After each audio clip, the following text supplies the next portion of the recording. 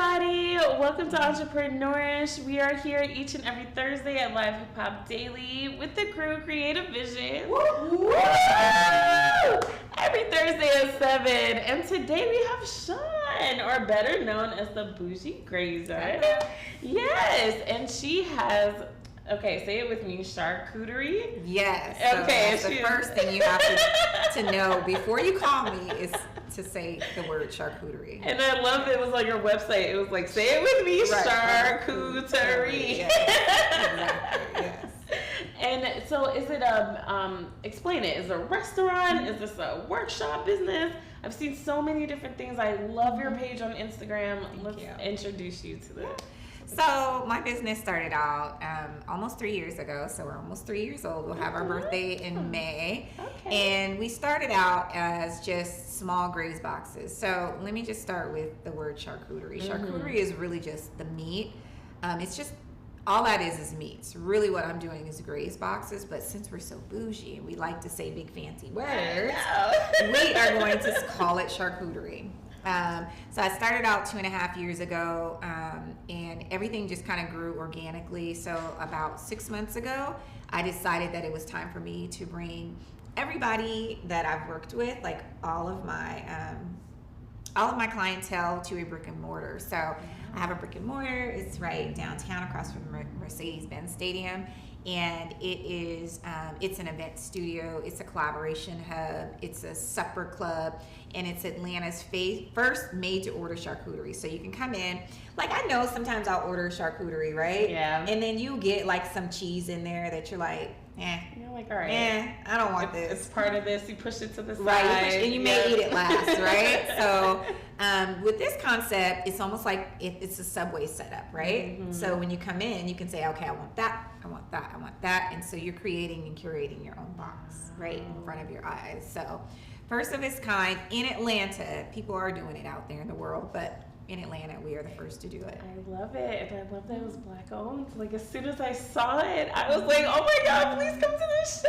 Yes, of course. Yeah, of course. You know, I always pounce at the opportunity to create awareness. I feel like as a new or even as an experienced entrepreneur, you are always going, you can't advocate, no one else can advocate more about your business than you. So, you know, I've done this from the beginning. I've always shouted out my business. I've always had an elevator pitch, you know, whether it's 2 seconds, 3 seconds, and I'm always going to say, you know, hi to you. Networking is key. So. Oh, good. Because this is what we talk about. I made this entire journal and planner based off of my networking skills and what it took for me to create a life around networking. Because I know a lot of people are like, oh, I don't have time. Yeah. I had to schedule it in because it was literally the reason why I was able to have guests. It was the reason why I was able to even have this opportunity presented to me, is because I was meeting people and I was outside. I say that there's online networking and there's in-person networking. Which one do you like better? So it's either or. You know, I feel like, and I read somewhere that it's good to get 10 no's. So there's so many people that have still left me red in their inbox, in the DMs, which is fine. And then there's some people that have heard, you know, word of mouth. But for me, I love the word of mouth, and the word of mouth comes from you operating in integrity at all times. You know, operating in integrity, not making everything that you do with a client transactional. You know, yes, we want the money, and yes, it's about the money, but don't make it so transactional, because those people it's not really what you said to them, it's how you made them feel. And that is so important, you know, in entrepreneurship. So I think that's how I've been able to grow so organically and so rapidly. Yeah. And you know, people were probably like, oh, 40,000 followers. But for me, at 50 years old, and I didn't know anybody when I moved to Atlanta. What? And I've been on Good Day Atlanta like 5 times. So it's nuts. I was going to say all of this, but yes, talk it. I love this. It's the power of networking. It's the power of you saying hi, you pitching your business, you know, and I had to do a lot of, you know, free 99 stuff in the beginning. Let's talk about that. Yeah. Let's talk about that, because I've been hearing this all over the place. Some people are like, don't speak for free. Don't give your product for free. Don't do this for free. But if I'm honest, there'd be a lot of opportunities that I wouldn't have right now if I didn't do the free thing first. Yeah. So I want to ask you, Yeah. like, how do you feel about that? And like, as somebody who understands that as an entrepreneur, your goal is to make money. Right. Right? Like, it's like, yes, I could be nice to everybody. This is my passion. Right. But at the end of the day, I do want to make money. How do you balance that? How do you make the money but still give? No, so it's for me, I looked at it as marketing. So, you know what I mean? If you're going to spend $500 on marketing a month, right? Yeah. Then whatever you're giving to that person, then you cap it at $500. That's your marketing. Okay. You know, so it's not necessarily free, it's your marketing. So you have to just change your mindset about it, and then it doesn't feel like it's free. So it was me changing my mindset and saying, okay, this is going to create awareness. When I'm there, when I'm creating this Grace Table for free or sponsorship, then I'm able to get into this room where there are people in here where I can tell them about my business. And so a lot of times I have been in the room where, you know, I created this beautiful spread and I've left my cards, and then I'll get business from that. So you have to look at it as a part of marketing. Don't look at it as free, because if you do, then your mind is always going to go like, you know, and you're not going to put your heart into it, because you know what, I'm doing it for, oh my God, I'm doing this for free. You know, I'm cutting this cheese, and I'm like, no, I look at it as marketing. And then if you say, you know, hey, this is valued at $500, then now you don't necessarily have to, you can cut that out of your marketing budget. Okay. You know, that $500 or whatever. So I just kind of retrained my brain to think about it that way. And, you know, once you get to a certain point where you're like, okay, I've created enough awareness, or I don't have any more to give, then you can politely tell whoever's asking you for that sponsorship, you can say, hey, I've reached my budget this month in sponsorships, but maybe we can circle back next month. And that way it doesn't sound like, no, I'm not doing anything for free. You know what I mean? So, you know, it's all in that communication. And I think people appreciate that all the time. I get schools, you know, and these are things that I don't necessarily have it, but, you know, I'm such a, you know, I'm a servant leader at the end of the day, and I'm such a giver that I probably would give everything away and like be poor. But I had to learn to say, hey, you know what, I've reached my sponsorship for this month, but yeah, let's circle back next month, or let's circle back in Q2 or Q3 when, you know, I might have some more. Or you just mentally say, I'm only going to do two a month, and that's it. And anybody else who asks me, you ask me too late, I can't do it. Right, yeah. I want to ask you, how do you determine somebody that you're going to do something for free for? Because I think that's the other thing. Yeah. A lot of people ask, and just because somebody asks does not mean that they deserve your $500 in marketing. So and how do you determine that? And so that's a tough one. Well, for me, it's not tough. You know, you also have to really make sure that you are aligning yourself with a business that you would be proud to stand next to, right? Okay. So you need to make sure that you guys are kind of equally yoked, right? Okay. So if you do a sponsorship for them, it's almost like, okay, well, what are you going to give me back? Or what am I going to do for you? Like if I did a sponsorship for, you know, someone from a television show, then I know that I'm going to be in the room with some other people. So you have to, you know, and I've also done sponsorships for schools, for mother-daughter dances, but those are things that I would just do out of the kindness of my heart. Okay. And I feel like sometimes when you have that type of a spirit, that comes back to you. Because you did it positively, right? So you know positive. So that's just an energy thing for me. So, you know, I've done those in the past, and then there are some businesses where it didn't necessarily align with what I was doing, and those are the ones I kind of kick the can a little bit and say, you know, I can't do anything right now, but maybe something in the future, you know. And then I have people that I work with all the time. You know, I have a person that does candles that I work with all the time, and so I get candle people that'll come to me, and then I'll just say, hey, I already have someone that I'm partnering with on that. Okay. So it's just really an all in the conversation and how you say it. Okay. And because some people will try and piggyback off of you and not necessarily bring anything to the table. So oh my gosh. yeah, it's really tough. You get all kinds. What I noticed is that the bigger you get, the more the silly people come out. The people that you're like, now I know I didn't ever once represent that ever. But okay, I like your shot. How do I say no? So for you, because branding's everything. Yeah. Branding's absolutely everything. How do you keep your brand integrity when people are pushing your limits? Because I know in this space where people are having fun, I know people might get too drunk or too loud or treating your space like disrespectfully. How do you deal with those moments? Because I feel like those are your pivotal moments as an entrepreneur. Is that moment where somebody's got you effed up, right? Yeah, and you gotta be like, I gotta put my professional face on. Yeah. So I haven't. Fortunately, I haven't run into, well, I take it back. I did run into it one time, and it was someone who just, blatantly had drank too much. And then, they had like honey dripping all over their hands and was walking. I'm like, sis, come on. You gotta do better. Come on. You're like, you're not being bougie right now. Right. We're away from the title.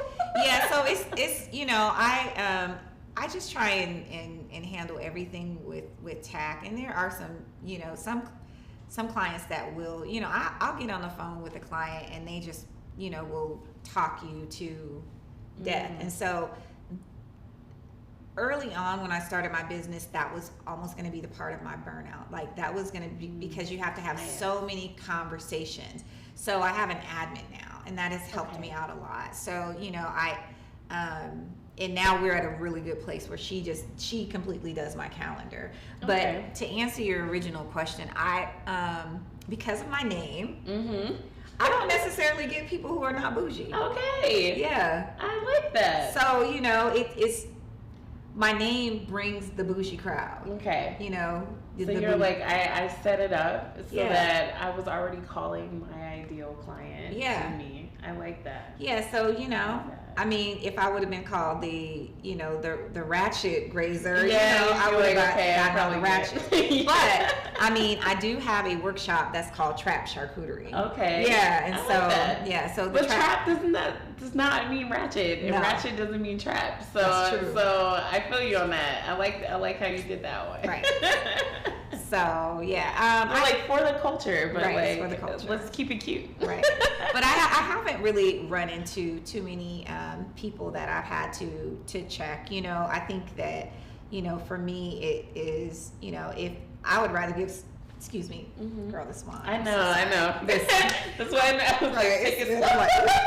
I'd rather give someone their money back and and just deal with it. To deal with it. I'd be like, you know what? I don't necessarily feel like this is, I can help right now, or I'll make an, excuse I don't have the availability or something like that. But I haven't really run into it. My clientele is they're so bougie and so nice, and they love it and they feel fancy, and so I love the brand that I've created. Yeah. What's like cool for me is when I found your page, I found so many other people that I know and follow who were already under your comments talking about I'm coming back, and I was like, wait a minute, where am I? Why was I not invited to the bougie greens?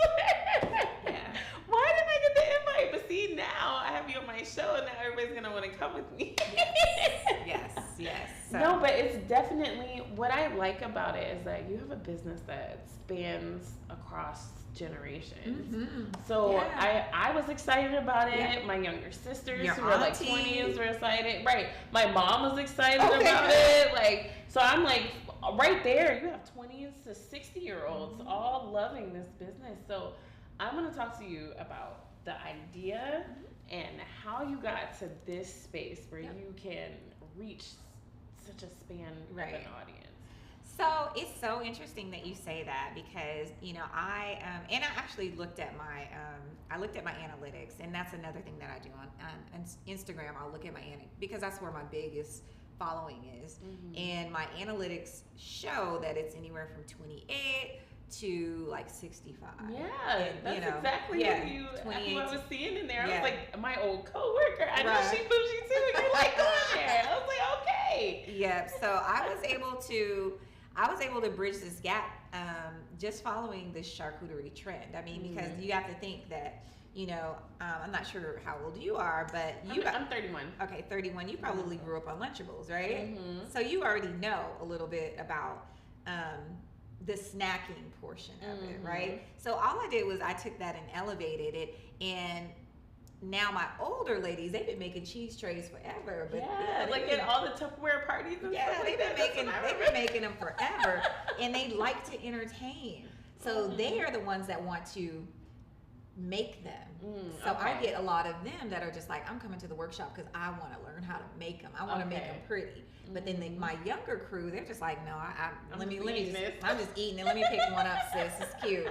So it's been interesting, you know, the different ages, and I'll have different ages at my workshop too. And so, you know, there was one workshop that I had where, you know, it was a bunch of younger girls came in. They had their cute little high dresses on. And then we had the older ladies. I was like, ooh, this is going to be interesting. And so when they first came in, it was like, ooh, we were nervous because we saw the aunties in here. Yeah, we're like, how are we going to have fun? Right. But then at the end, they were believers, and they had so much fun. So, you know, I'm not sure what it is universally about what I'm doing, but universally it is bringing people together. Yeah, it's like a universal love. Yeah, it is. It really is. I know for me, I saw charcuterie on Pinterest. Like me and Liv talk about this all the time. We're like Pinterest girls. Yeah. So we found like this is Pinterest where we're like the rose petal, like salami and stuff like that. So I didn't know that there was a place that you could go and you could make these or learn how to make them. I just thought, okay, I guess I'm gonna have to go on TikTok and learn from that girl. How to do it, right, exactly. But then I was like, oh, I'm on Instagram and they're suggesting things. I was like, there's a place in Atlanta and it's a black lady. Oh my God, I have to go. I have to learn about this. No, like, so you're representing for a lot of people that bougie normally has like a skin color to it, if you want to be really honest. So it's a negative connotation. A negative connotation if it is gonna be our color. It's like you think you're bougie. Exactly. You think you're like, better than us. But it's like, no, I just like fancy things. Right. It's not better. It's just a preference.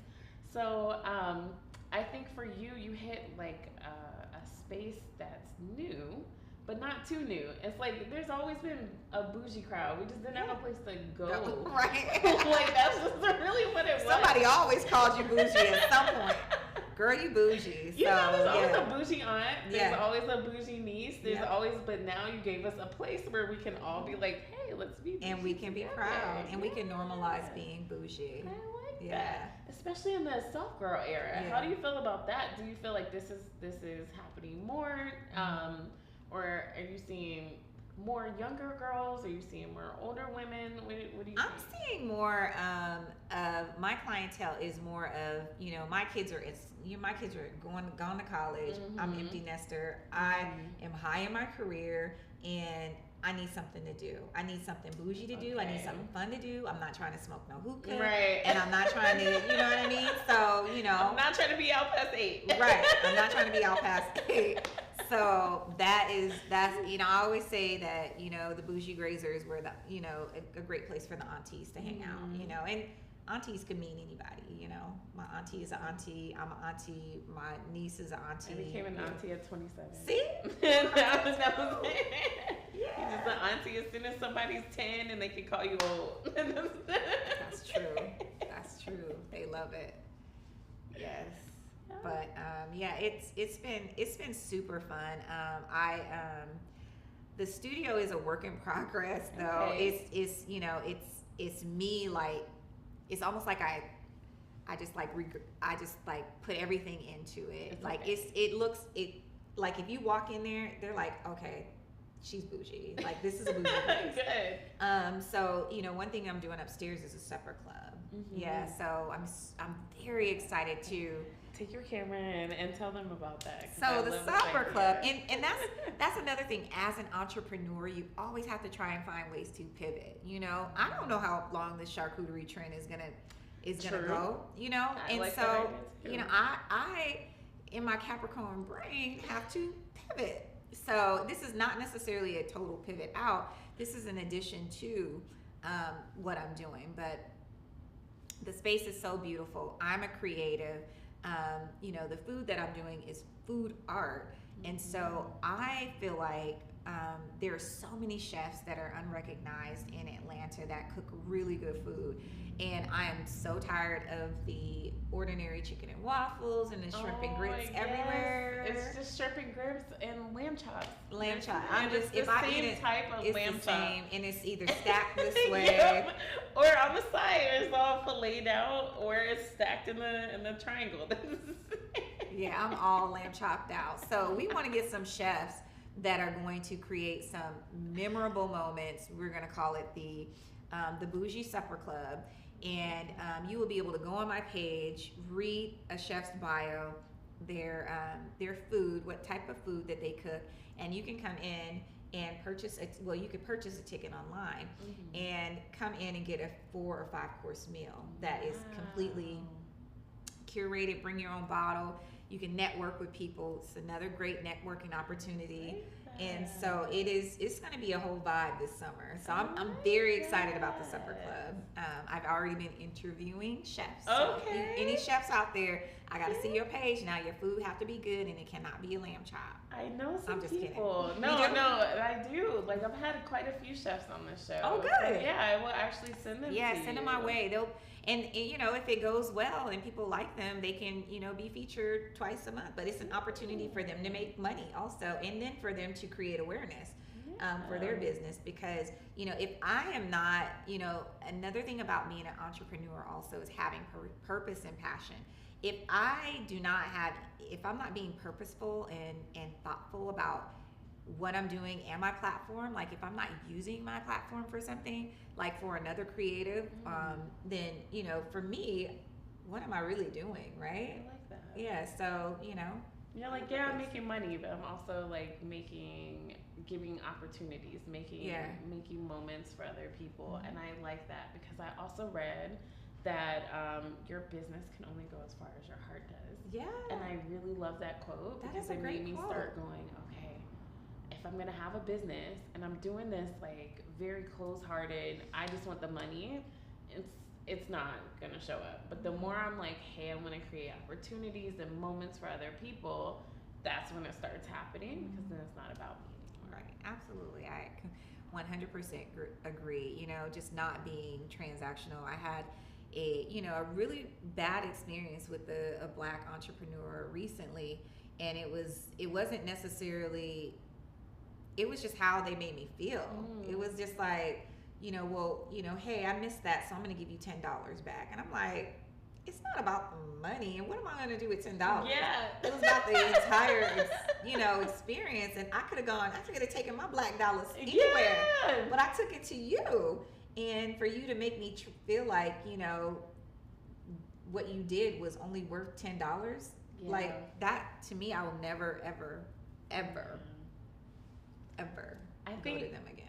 So that is another thing I do want to talk to you about because it is Black History Month. So we are going to talk about Black entrepreneurs.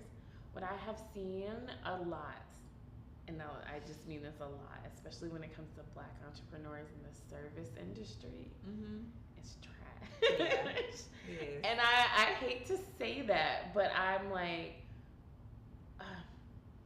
it's like you don't want to go back because you get typical Black people from them. I don't know how to say this without getting canceled. So I'm really trying to change my words for it to make sense. But what I'm trying to say, y'all, is like sometimes you walk into your establishment and I feel unwelcomed.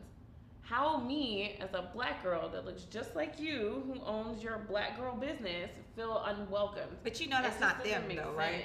Like if I hire somebody, my passion has to translate to them. So it's all okay. You know so what I my mean? Staff as yeah. well. So it's not necessarily that owner's customer's fault because Okay. right now it's really, really hard. It's tough out here to find people that's gonna have that same passion and also show that to your customers. Okay, so let's talk Yeah. about that because from an entrepreneur side, you are Yeah. going to be the one hiring people. Right. What do you look for for somebody to represent you? Because I think that's the other thing. I don't think we're thinking about that when we Right. hire someone. So you have to find, well, and I saw this on somebody who didn't look like us, but she said you find the person that is doing the same thing that you're doing probably better than what you're doing, and you try and hire them. I like that. So it is Find somebody better than you. to yeah, do and your you try and job. hire them, and hopefully they don't be like, okay, I'm gonna take your shit and run. But so you find somebody just as passionate as you, and then it's all in how you treat your team also, because for me, I have a couple of people on my team, and I try and tell them every single day thank you. I try and treat them how this is another piece to this, but when you start hiring, you have to try and find what drives that person. So some people are driven by recognition, right? Hey, you won Employee of the Month. Here's your award, and they're excited. Oh my God, I feel appreciated. Yeah, okay, I like that. Right? Or they like money. Like you could tell. Okay, well, hey, here's $10. Go to Starbucks, buy coffee before you get here, and you can reward them that way. You can reward a person based on what drives them. So one question that you need to be asking during your interview process is what drives you? Is it money? Is it recognition? And there's a couple more things, and you could probably look it up and Google it. But you have to find what drives your team member, because it is not cookie cutter. It's almost like you can't treat everybody the same. You have to in a certain sense, in a broader sense, but when it comes to that individual, you treat them. When it comes to keeping them motivated. You motivate them how, whether it's a bonus, whether, hey, I give you $10, or whether, hey, you get that big Employee of the Month, or, whatever it is, whether it's recognition, whatever it is, you give it to them. Find that thing that'll keep them doing that. Yeah. 'Cause I think that's it. I think it's really, I feel like customer service is like the biggest difference between certain businesses. Because I want to support, but I also want to feel like I could recommend this to somebody. Like, I don't know about you, but I have this one aunt that I think about when I think about customer service. She's difficult. She's a difficult person, right, but she's super nice. She's like my favorite aunt in the world, but you already know if you don't come correct, she's gonna have something to say, right? Yeah. But I love her because she has those standards, but at the same time, you already know don't play with her when it comes to her stuff. So she send the food back. Exactly. She's a send the food back. She's a no you didn't. Like, I know I'm not still waiting in this line type person. Like, she's one of those. So I always think when it comes to a business, how would my aunt feel about this transaction? Because if I feel like my aunt's about to say something, like she's coming to your counter, you finna hear about this for the next 15 minutes, then I'm gonna be like, yeah, I'm not gonna come back here because I can't recommend this to her. Like, if I'm gonna recommend this to somebody else and they have higher standards than I do, I already know that you're not gonna meet them. So I'm gonna be like, yeah, so no. So I always think about that aunt. Now, if in my head, you're making me so happy that I know if my aunt came here, she'd be happy too. Oh, I'm telling everybody. Yeah. Like, I'm telling everybody about your business. I'm like gonna shout you out. I'm gonna post you like without you even asking. I'm gonna like put you in my stories. I'm gonna tell like, I don't know, my cousin who just came in from Dallas, like, this is a place that you have to go. That's the difference. So I'm like, guys, customer service is so... It really is. It's so huge. Like, just don't make people feel like it's a transaction. Yeah. And if you can remember the word transaction, remember, does this feel transactional? Does this feel like I'm just, are you saying, hey, are you following me on social media? Hey, can I follow you on social media? Hey, how did you hear about the Bougie Grazer? Oh, do you work in the area? Like, don't make it so transactional. You don't have to be their best friend. You have to be friendly, not friends, if that makes sense. So, I think that is what has gotten me so many referrals, is not making it so transactional. And, because at the end of the day, I don't want to say at the end of the day it's meat and cheese. I don't want to downplay anything that I'm exactly. doing. But you're like, this is what it is, but I add so much more to this meat and cheese that now it's me. Right. It's bougie. It's bougie. It's bougie, girl. I like that. Yeah. Okay, so is this your first business? That's the question, because I was a serial quitter, start a business, quit a business. Serial non-starter. I had 18 businesses and never started them. Okay. Yeah, so this was the only one that I actually executed on, and I think that when you know, you know. And this one, this business, actually, I had gotten terminated from my corporate job, and it was, a time for me where I was on the couch. I was sad. I was depressed. I was like, what in the heck is what in the heck is this Capricorn gonna do? Like, it's just that, and so my partner at the time, well, not at the time, still at the time, was like, I don't know, but I didn't sign up for this, and you need to get off the couch, and you need to figure out what you're gonna bring to this barbecue. I was like, okay. So just like you, I went online, and I was like, oh, okay, let me, I always bring a board, whatever, maybe some chocolate covered strawberries. And I don't know what I was like. But then I saw this lady who had a business, and I was like, wait, what? They sell this? There's a business doing this? I can do this. And so that, for me, I took all of my corporate skills. They were all transferable. Everything that I did in my corporate job for 25 years was transferable, to my business, whether it came to marketing, customer service, employees. I had a huge team. I had like 45 employees. So, all of it was very transferable. And I was able to take that knowledge and apply everything that I learned over the years into my business. And that is another reason why it has been so successful. When you're used to making people millions and millions of dollars, you can make your own self millions and millions of dollars. I'm not there yet, but I will be. Right. No, what I really like about that is that you're saying what you're doing now can be used for something later. Because I think especially in this day and age, it's like, if you're not famous by 30, if you're not, no, seriously, it's like if you're not TikTok famous, or if you haven't made all your money by the time you hit a certain age, everybody's like, failure. I don't, like, what am I gonna do? And for me, I didn't even start till I was 30. Yeah. So I could only imagine. Yeah, slow walking. Like, because I worked full time for almost 2 years before I quit my job. Okay, that's good. Or my job quit me. Yeah. They was like, listen, we see your hustle is bigger than getting bigger than your job. You don't see it. And I was like, okay, you're right. Okay, I'm probably not a good employee. I was only here for the insurance. Right. So, I recently, it was just a side hustle. It was a side hustle until it wasn't a side hustle. And so now I'm full time. But, you'll know when it's supposed to be full time. But it was literally a side hustle for almost 2 years. So it just became too big for that. Okay. Another thing for me, you said that your job noticed that you were getting too big before you did.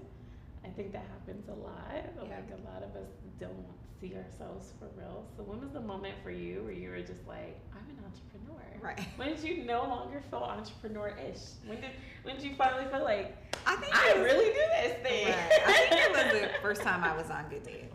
Okay. Yeah, it was. Tell me about even how that happened. God, networking. Okay. The power of networking. Okay. Like, networking. So, it was one of my clients.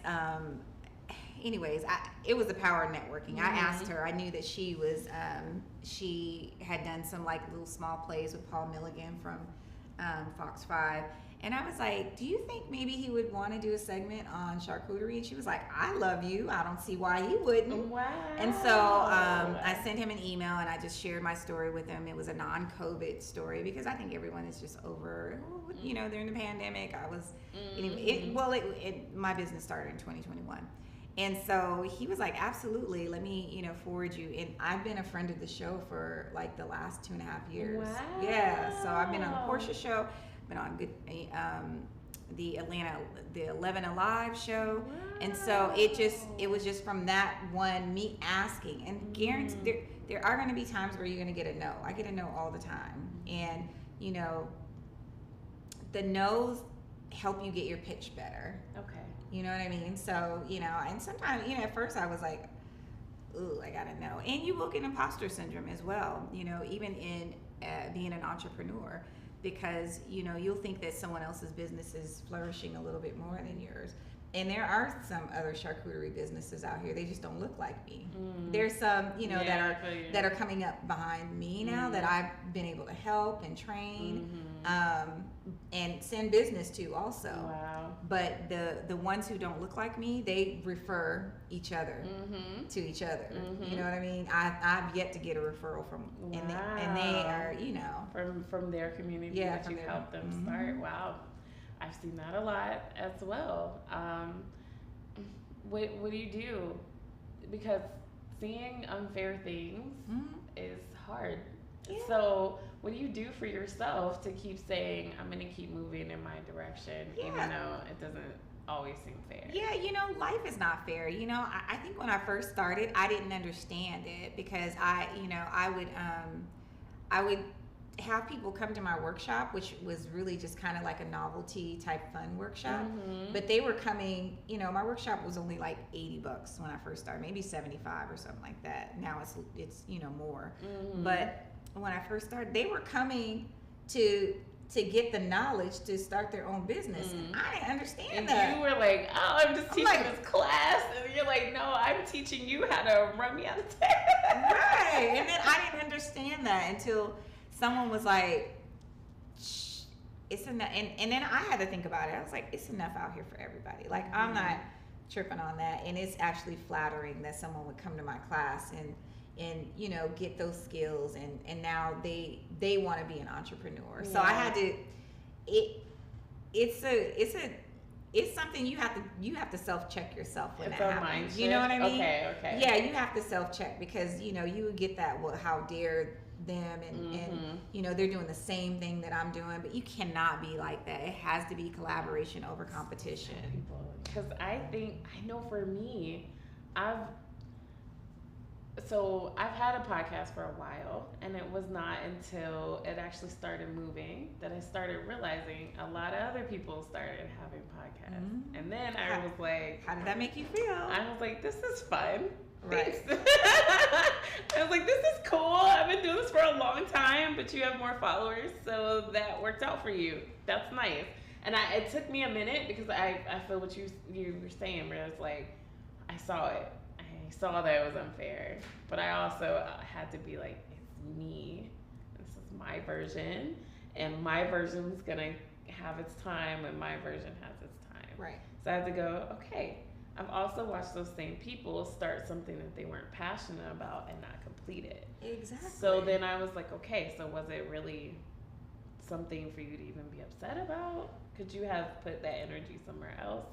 So then I had to start going, you know what? That's the magic. It's okay. It's cool. It's cool. Start a podcast if you want to. I've been on here longer. I'm gonna keep doing this, and I'll be on yours. Like, come hang out with me. Right. Like, that's really how I just started going. So then I started going to other people's podcasts, even if I was like, even sometimes you are like, wow, you're doing really well. So then what I started doing was just asking, what do you do? And then maybe they'll tell me they do differently than what I do. Yeah, I think that you made a really great point about, you know, they have to have the passion for it. I think some people will see you on the ride and maybe you're probably on the high of the ride and you like holding your arms up and you like, like you having a good time, and then they hop on the ride and they don't realize that shit is gonna go down. Excuse me, can I cuss? No, yeah, you cuss. Okay. We normally do. I was right. just cussing because you weren't cussing. No, it's gonna go down, and then you know what I mean, and then they hop off. They be like, "Oh hell no, I can't." You know what I mean? And that wasn't for me.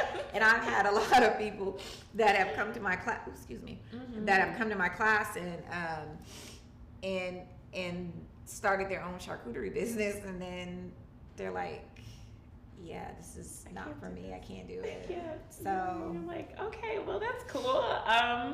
Whatever your customers were, send them my way. girl. That's so honestly, when you do start to change to let's collaborate. Yep. Then when I realized I could start to tell a difference between what my show was doing for my people versus what their show was doing for their people. Then when I stopped being like, okay, oh my God, you have a show and I have a show. And when I started going, let me watch your show, I'd be like, dang, that's actually a good show. Yeah. I like your podcast. Let me talk to people about this. And then I was like, you know what? If you're not a hater for like 2 seconds, Right. you might see why they have a podcast and who they were supposed to affect. Yeah. So I feel like we're all put here to change certain people's lives. And just because I can change your life does not mean that somebody else can change your life. Yeah. Do the exact same thing and maybe you don't vibe the same way. Like, I just had to realize, look, they're gonna catch their people, you're gonna catch yours. I mean, there's McDonald's and Burger King, and they're right next door to each other. And you're right. And we really don't think about that. I think that's the other thing, is sharing market space always seems. It seems. I mean, you know, it seems scary, but it's not. There's a McDonald's and a Burger King next to each other. Like literally half the time they are right next to each other. And how have they been able to continue alongside of each other for so many years? It's buying their business. So like, You look, just stay. we're Burger King. We're Burger King. I'm the bougie grazer, and Right. you are who you are. You know, it is. It's hard. It's tough. You know, as an entrepreneur, just to see someone start a business. You know, I've had people who were my friends that were like secretly starting a shark. I'm like, girl, you ain't even have to be keeping a secret. Now, I would have listened. Now, first of all, why you keep it a secret? Right. The reason you felt like you had to keep it a secret should already tell you who you are to me. But you can tell me. So yeah, I mean it happens, but I've just been able to just stay consistent, stay in my lane, help out when I can. Yeah. Operate in integrity at all times, and know that this is just something that I enjoy doing, and I have a passion for it. Therefore, it is bringing that purpose. So I like that. So you said 2.5 years in business. Yeah. What was your biggest surprise? Biggest business surprise? When you were like, I got my brick and mortar. I'm here now. Yeah. What was the thing where you were like, whoa? So it was really my grand opening. Like, really? I did not feel, because first of all, my ass went out and bought like 100 bottles of champagne. Yeah. We are going to have a big party. Right. We're going to have a toast every hour on the hour. And we're going to do this. And I'm inviting this. I love her bougie mindset. Yes. I'm just like, I'm going to have a violinist, and which I did. Okay. Yeah, I like that. I'm going to have a big black old school car, and it's going to be flowers cascading out, which I did. Okay. I'm gonna have, everyone's gonna be. I'm gonna have the city out. I'm gonna do so everything, and then I posted it online, and I think for Eventbrite, I did like 300 RSVPs, and like 2 days later, they were all gone. Like, when I tell you there were so many people out there, and I was like, oh my God, you guys really have supported me for 2 years, like. Everybody was there and they wanted to see, and it was such a beautiful thing, and I was just like so humbled and so excited about it, and everyone had such a good time. Now please come back as a customer. She said not just one day, all the day. Keep all your parties here. But no, I think at that moment was when I was like, I really saw the love, you know, from you know, everybody who has been rocking with me, you know, for the last 2.5 years. And, you know, I've been invited to the National Urban League. And these are all people that have seen me, or their nieces have seen me and was like, oh, auntie, you gonna love this. Because they had that bougie auntie. So I like that. So that's how I've been able to really stay relevant. But, you know, I just have to humble myself all the time, because, you know, one day you could be up and the next day you could be down. You know, one thing can happen and you are just not able to do any of this stuff anymore. You're just a non-factor. So we've all had those moments where it's like, I'm on cloud 9, and it's like, nope, I'm in hell. Right. Yeah. I do want to ask you, when you have low moments, what do you do to bring yourself back to you?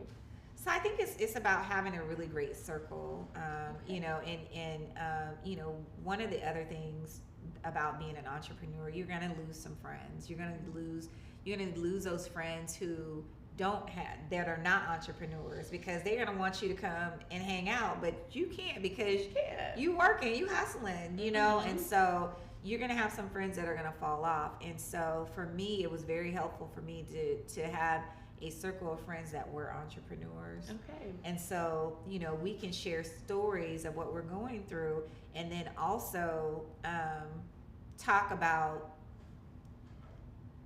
not necessarily the struggles, but, you know, I can share the struggle with, you know, one of my entrepreneur friends, and she'd be like, well, girl, shit, I only made $19 too today. Yeah, exactly. So, you know, and you know, and then I can say, well, why don't you try this? Or, you know, we can just relate to each other. So it's really just having more entrepreneurial friends that have some type of a business, because the ones that don't necessarily, they'll understand you to a certain extent, but not really. I'm not gonna understand. I think that was my biggest thing, because I worked for Twitter before the big layoffs. Nice. Yeah, so I was a 6-figure tech girl, and so that was my life. And then all of a sudden, I was laid off, and I just had time, and I was like, "What are you gonna do?" And I was like, "I'm gonna podcast," and then I was like, "I'm gonna do my analytics, and I'm gonna do it for me. I'm not gonna do it for anybody else." And that first 6 months, where I was still trying to figure everything out, I lost a lot of friends, because they were like, "You're not the same girl. You're too busy. Yeah, you're super busy, or you're always trying to save your money." Because, you know, I went out, I had bougie friends who dinner was $90 to $120, and that was every other night. And I could do that back then, but I couldn't do it now. So then it was a lot of these things and these moments where I was like, man, I'm worried about my marketing. Who do I talk to about this? So you sit there during wine night and talk about your marketing issues. It's not super fun. No. Everybody else has boyfriend problems, and you're like, well, I just can't sell this product. You're like, you're like, girl, you can get out the circle. I'm talking about my man cheating. right. Yeah, no, I mean, that's it. And, you know, unfortunately, you're living, you're eating, and you're breathing your business in the first 2 years. And so there's not really a lot to talk about. And, you know, it also creates challenges in a relationship too, if you are in a relationship, because they don't understand why you're on your phone so much. Mm-hmm. I luckily found somebody who's super supportive and also has their own business and their own entrepreneurial dreams. Mm-hmm. So watching me do it is actually motivating. So I was like, but that's what I prayed for. Mm-hmm. I prayed for that. I don't think that's just given to anybody. I think I had to really go out and like search and pray for that. Right. Because I was like, I'm gonna be out here. I'm gonna do this show because I'm watching it change lives. I'm watching people really, really enjoy just having, like you said, having boss friends, having boss besties. Like this was new. I did not realize how much I needed friends that were also entrepreneurs and how much I needed to be in a relationship and was also gonna be cool with that. As soon as that happened to me, I was like, I can just do things. Yeah. I can just be up till 2 a.m. on with your my phone, random thoughts, and it's not weird, Yeah. and you don't feel like I'm cheating. You just know, Yeah. I'm just researching. Right.